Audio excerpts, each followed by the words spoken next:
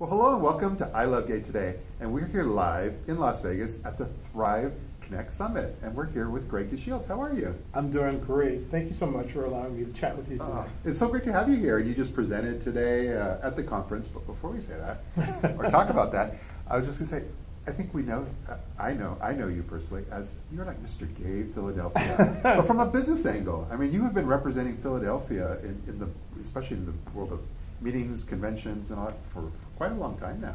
Right. I think I've been one of those people who've had the ability to evolve throughout their career with the industry. Actually, I started out as a hotel person, worked for Hyatt Hotels, Omni Hotels, which I say is the best hotel company to work for, and then later in an independent. But then I moved into workforce development, so I worked with a nonprofit organization leading their hospitality program, and then went to Temple University and worked in higher ed for about 13 years with their School of Sport, Tourism, and Hospitality Management. But I'll be honest, I've always had a passion about the marketing of Philadelphia. I'm a native Philadelphian, so when I had the opportunity to be appointed as the executive director of PHL Diversity, it became, my absolute dream job, and I could just fill it with passion and be excited about it. But that particular role is integrated throughout all communities, and the fact that we were able to evolve the LGBT meeting segment beyond the great leisure side made it even better for me. Yeah. Well, I think it's also unique because in that role of PHL Diversity, you really took it upon yourself to kind of elevate things, and especially when it comes to new media. And you've been doing podcasts and bringing all these different voices together. It's true. Yeah. Season 7. Can't believe it. It was interesting. I remember in the beginning when I presented the idea of producing a podcast, no one knew what a podcast was. Yeah. But they gave me a fair amount of leeway to create something that was actually meant to fill a gap, because we used to do what was called the Global Fusion Festival, and we brought about 10,000 people to the city for a weekend, but it was hard to measure the economic impact with that.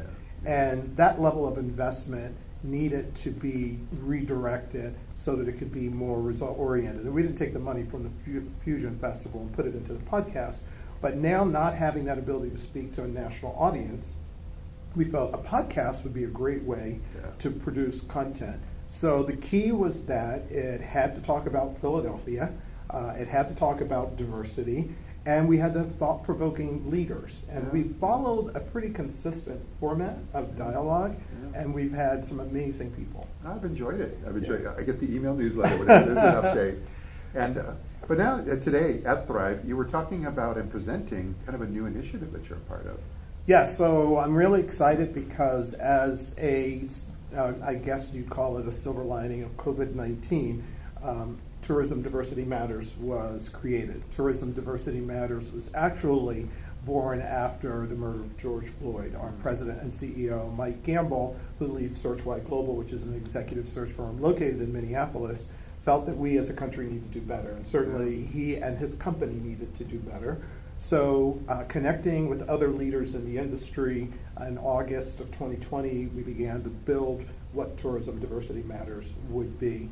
We launched in February, so we are a collective impact model organization that looks at the issues of DEI across our industry. We work collaboratively with those organizations that are already doing great things, but we also want to evolve the impact of DEI in our industry. Tourism Diversity Matters is the first organization that has a 24-hour, 365-day-a-year focus around DEI. And we have some pillars, our apprentice program, workforce development, and research. But what we're excited about is the area of DEI, because that's a sweet spot. So we do workforce as well as educational training programs about DEI, but then we work closely with destinations around their culture. And aligning their culture with a true strategy around DEI.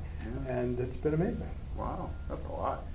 And in addition, you wear another hat, again, business. But in Philly, there's an LGBT Chamber of Commerce, and you're a leader in that as well. So the Independent Business Alliance is a local affiliation of the National Gay and Lesbian Chamber of Commerce. I've been a member, a board member, and as of January of this year became vice president of the LGBT Chamber in Philadelphia. You know, Philadelphia is a very thriving LGBT business community, one that has really positioned itself to be aligned with other minority chambers. So when we talk about diverse chambers in Philadelphia, it's going to be the Asian, Hispanic, African American, the LGBTQ. But what has really been significant about the work of the IBA in Philadelphia is that they've taken a leadership role in engaging a collaborative approach to business by way of all of the diverse chambers. So they've built a collective where all of the chambers will look at like-minded initiatives and policies that are good for business, not just for Black businesses, Hispanic businesses, but also LGBT businesses.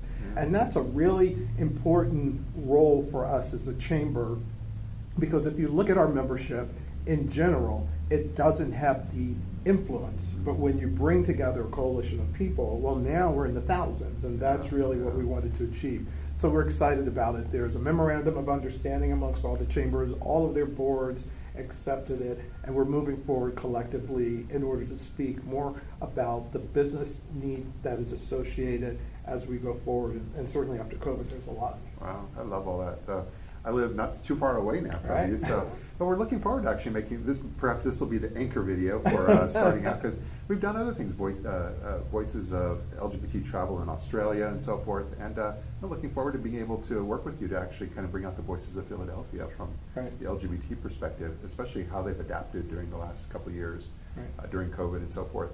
But yeah, we'll see if we can pull that out together. Absolutely, I look forward to it. Well, thanks so much for being here with us. Thank you, I appreciate it. Take care. Feels good, so good, coming back again.